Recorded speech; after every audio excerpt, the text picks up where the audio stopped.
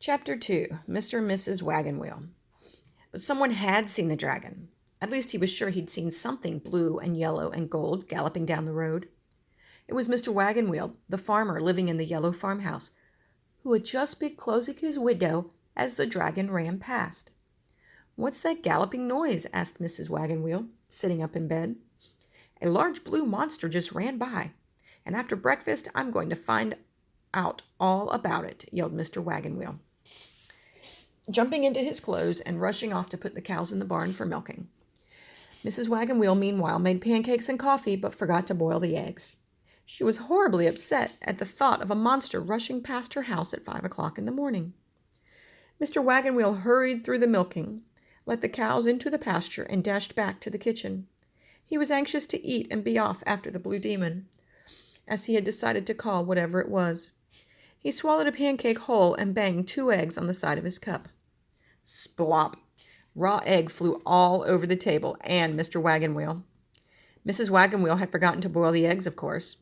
"Martha, what's the matter with you?" yelled Mr. Wagon Wheel. "Oh, I'm so sorry," said poor Mrs. Wagon Wheel. "I'm so upset about that horrible monster. I don't know what I'm doing." And she nervously slipped a pancake instead of her handkerchief into her apron pocket. "Well, boil more eggs," roared Mr. Wagon Wheel, going to the sink to wash off his face and hands and shirt and overalls. Now, Mr. Wagon Wheel liked his eggs hard, very hard, and as he waited for them to get very hard, it began to rain. It was only drizzly rain, but enough to wash away the dragon's footprints in the dusty road. "Drat it," thundered Mr. Wagon Wheel, looking out the window. "It's raining." "I thought we needed rain, dear," said Mrs. Wagon Wheel. "We do, but why can't it wait until I capture the blue demon? Now maybe I'll never find him." "Maybe it's just as well," said Mrs. Wagon Wheel, carefully putting a spoonful of salt in her coffee. "Well, I can see you have no spirit of adventure," grumped Mr. Wagon Wheel, peeling his at last ready, very hard eggs. He picked up his rifle, a strong rope, and put on his raincoat and boots. "I'm off," he yelled, and slammed the door. "He'll never come back," thought Mrs. Wagon Wheel. She quietly sat down to cry. Mr. Wagon Wheel ran toward the road, pouncing on bushes, peering behind trees, and examining roadside ditches, yelling all the while, "Coming, ready or not!" He made such a racket that the cows heard him in plenty of time. They huddled around the big culvert where the baby dragon was hiding and pretended to be busy drinking water, for they had found the sleeping dragon while Mr. Wagon Wheel was eating his very hard eggs. "Wake up," they had said, "and tell us what you are and what you're doing in our culvert." The dragon woke up with a start and then smiled at the friendly cows. "I'm a baby dragon," he explained, "and I'm on my way home to the great high mountains of Blueland." "But what are you doing in our culvert?" asked a cow. "I'm hiding. You see, most people think that there are no dragons left, and if I should be captured, I'd surely end up in a zoo or a circus and never get home again." "Shh," said another cow.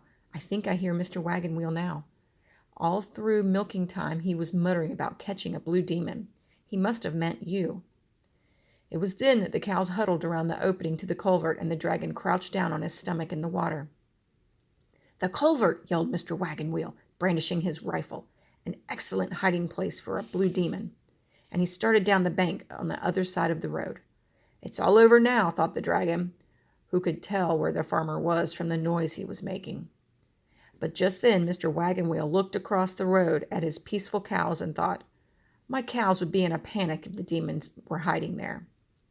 He turned back up the bank and ran down the road, beating the bushes and peering behind trees. The cows grazed nearby all day long, talking to the dragon and telling him when it was safe to come out of the culvert. Toward evening they heard Mr. Wagon Wheel stamping back along the road, yelling, "Hoopla! All of you into the barn!" And as they wandered off, they quietly warned the dragon, "Leave just as soon as he goes into the barn. It's just like him to be out looking for you by flashlight after supper."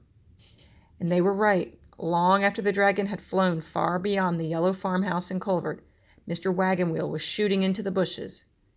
Mrs. Wagon Wheel was in bed with a case of the nerves.